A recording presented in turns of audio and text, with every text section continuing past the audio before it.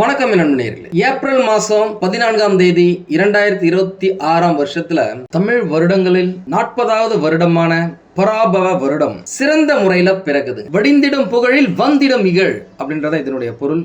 இத பத்தி நான் டீடைலா பின்னாடி சொல்றேன். ஜோதிட ரீதியாக as per scientific astrology இந்த புத்தாண்டு சில முக்கிய கிரக மாற்றங்களோட சவால்களோடும் அதே சமயம் பல ராசிகளுக்கு அதிரடி முன்னேற்றங்களோடும் பிறக்க போகுது அப்படின்னு சொல்லாங்க. முக்கியமா இந்த வருடம் பிறக்கும் பொழுது சூரிய பகவான் மற்றும் சுக்கிர பகவான் மேஷ ராசியில இருக்காங்க, மிதுன ராசியில குரு பகவான் இருக்காங்க, சிம்ம ராசியில கேது பகவான் இருக்காரு, கும்ப ராசியில சந்திர பகவான் மற்றும் ராகு பகவான் இருக்காங்க, மீன ராசியில புதன் பகவான், செவ்வாய் பகவான், சனி பகவான் அப்படின்னு சொல்லிட்டு அதி முக்கியமான கிரகங்கள் இருக்கும். இந்த மாதிரியான ஒரு சூழ்நிலையில இந்த தமிழ் புத்தாண்டு பிறக்குதுங்க. உங்க எல்லாருக்குமே நல்லாவே தெரியும், மேஷ ராசிக்கு சூரிய பகவான் வரதா தமிழ் புத்தாண்டு சித்திரை 1 அப்படின்னு சொல்றோம். அப்பேற்பட்ட சூரிய பகவான் சுக்கிர பகவானோட சேர்ந்து இருக்கிறது. சுக்கிரன் அப்படினாலே சுகம், இன்பம், கலைநயம், பணப்புழக்கம், சந்தோஷமா இருக்கிறது அப்படின்னு சொல்லலாம். அவர் கூட சூரியன் இருக்கும் பொழுது இந்த புத்தாண்டு பிறக்கிறது அநேகமான ராசிக்காரர்களுக்கு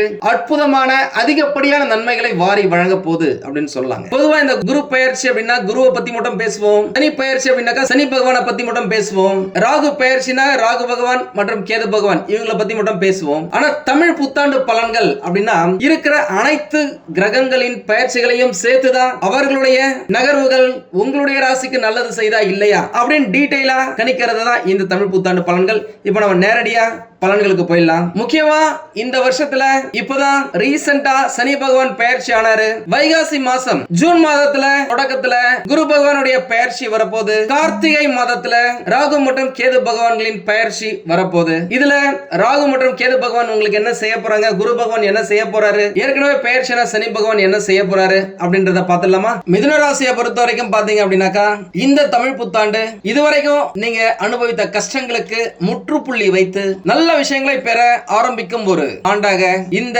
பராபவ வருடம் அமையும் அப்படின்னு சொல்லலாங்க. காரணம் என்ன அப்படின்னாக்கா உங்க எல்லாருக்குமே நல்லாவே தெரியும், 2.5 ஆண்டுகளுக்கு முன்புதான் அஷ்டம சனி பகவான் இவங்களை விட்டு விலகினாங்க.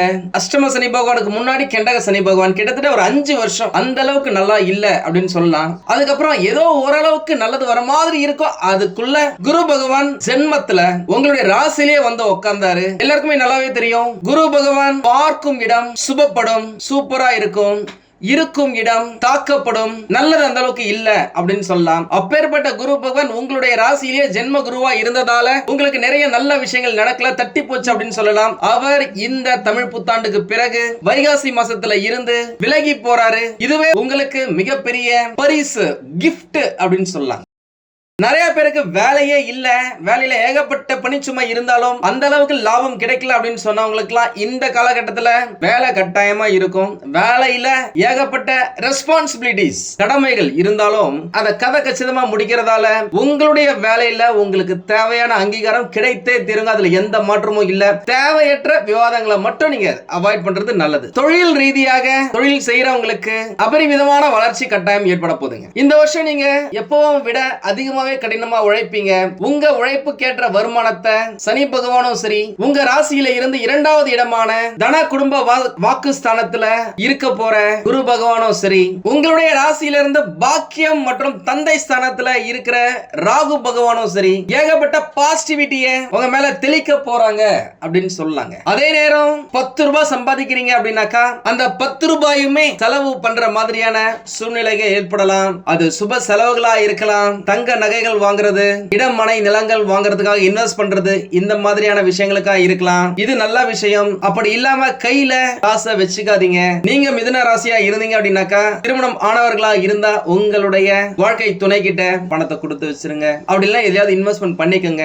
இல்லனா உங்களுக்கே தெரியும், உங்களுடைய பாஸ்ட்ல கடந்த காலத்துல எப்பெல்லாம் பணம் நிறைய கையில வச்சிருக்கீங்களோ, நிறைய நேரம் கையில பணம் இருந்ததே இல்ல, அது வேற. பணம் இருந்துச்சு அப்படின்னாக்கா அது மெடிக்கல் செலவுக்கு செலவு பண்ணிருப்பீங்க. அதனால வீண் விரயமா ஆகாம பாத்துக்குங்க. இந்த வருட முதல் பகுதியில முதல் மாசத்துல சித்திரையில பதட்டமா இருந்தா கூட நான் ஏற்கனவே சொன்ன மாதிரி குரு பெயர்ச்சிக்கு அப்புறமா நல்ல விஷயங்கள் ஒன் பை ஒன்னா நடக்க ஆரம்பிக்கும். பொதுவாகவே சிறிய செயலாக இருந்தாலும் சரி, சிரத்தை எடுத்து செயல்படும் மிதுன ராசிக்காரர்கள் அப்படின்னு தாங்க உழைச்சுவடியிலேயே இருக்கும். சின்ன வேலையா இருந்தாலும் சரி, அதை ஃபுல் எஃபோர்ட்டை போட்டு எப்படியாவது முடிக்கணும்னு சொல்லிட்டு ட்ரை பண்ணி முடிப்பீங்க. அதன் மூலமா வெகுமதி பெறுவீங்க.